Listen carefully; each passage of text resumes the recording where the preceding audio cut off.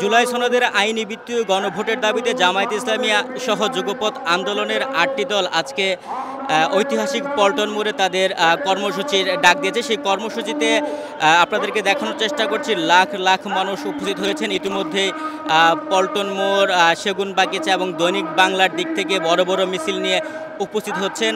৮টি দল ৫ দফা দাবি নিয়ে উপস্থিত হয়েছেন। তাদের দাবি নির্বাচনের আগে গণভোট, জুলাই সনদের আইনি ভিত্তিসহ নির্বাচনের আগে লেভেল প্লেইং ফিল্ড সহ ৫ দফা দাবি নিয়ে তারা আজকের এই সমাবেশের ডাক দিয়েছে।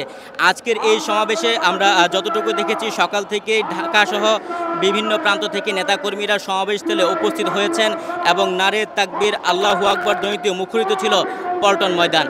আপনাদেরকে জানিয়ে রাখি, পল্টন ময়দানে আজকে জামায়াত ইসলামী সহ ৮ দলের যুগপৎ আন্দোলনের শীর্ষ নেতারা উপস্থিত থাকবেন এবং ২টার পর থেকে আজকে সমাবেশের আনুষ্ঠানিক যে কার্যক্রম আছে সেই কার্যক্রম শুরু হয়ে গিয়েছে।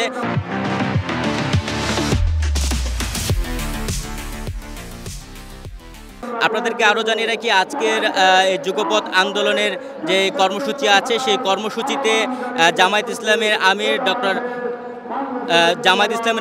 শফিকুল ইসলাম সহ জামায়াতের শীর্ষ নেতারা বক্তব্য রাখবেন এবং অন্যান্য যে দলগুলো আছে সেসব দলের শীর্ষ নেতারা বক্তব্য প্রদান করবেন। আপনাদেরকে আরও জানিয়ে রাখি, বিভিন্ন প্রান্ত থেকে মিছিল নিয়ে মানুষ উপস্থিত হচ্ছেন আজকের সমাবেশে এবং তাদের দাবি, যদি জুলাই সনদের আইনি ভিত্তি দেওয়া না হয় এবং জুলাই সনদ নির্বাচনের আগে গণভোট করা না হয়, প্রয়োজনে যমুনা ঘেরাও করবে এবং কঠোরতর আন্দোলনের হুঁশিয়ারি দিয়েছে। এখানে যে নেতারা বক্তব্য দিয়েছেন এখন পর্যন্ত, তাদের একটাই দাবি, নির্বাচনের আগে গণভোট দিতে হবে। যদি গণভোট না দেওয়া হয় তারা কঠোরতম কর্মসূচি গ্রহণ করবে এবং তাদের দাবি একটাই, জুলাই সনদকে আইনি ভিত্তি দিতে হবে।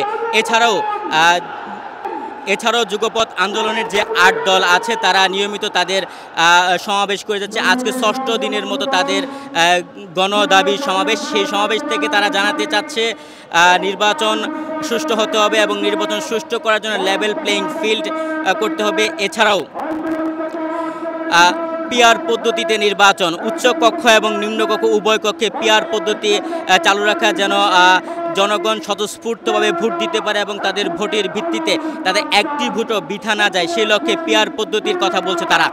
আপনাদেরকে জানিয়ে রাখি, জামায়াতের আজকে যে যুগপৎ আন্দোলনের ৮ দল আছে সেই ৮ দলের কর্মসূচি ২টার পর থেকে শুরু হয়েছে এবং এখানকার জামায়াত সহ অন্যান্য দলের কেন্দ্রীয় নেতারা এখানে বক্তব্য রেখেছেন এবং আজকের অনুষ্ঠানে বক্তব্য রাখবেন জামায়াত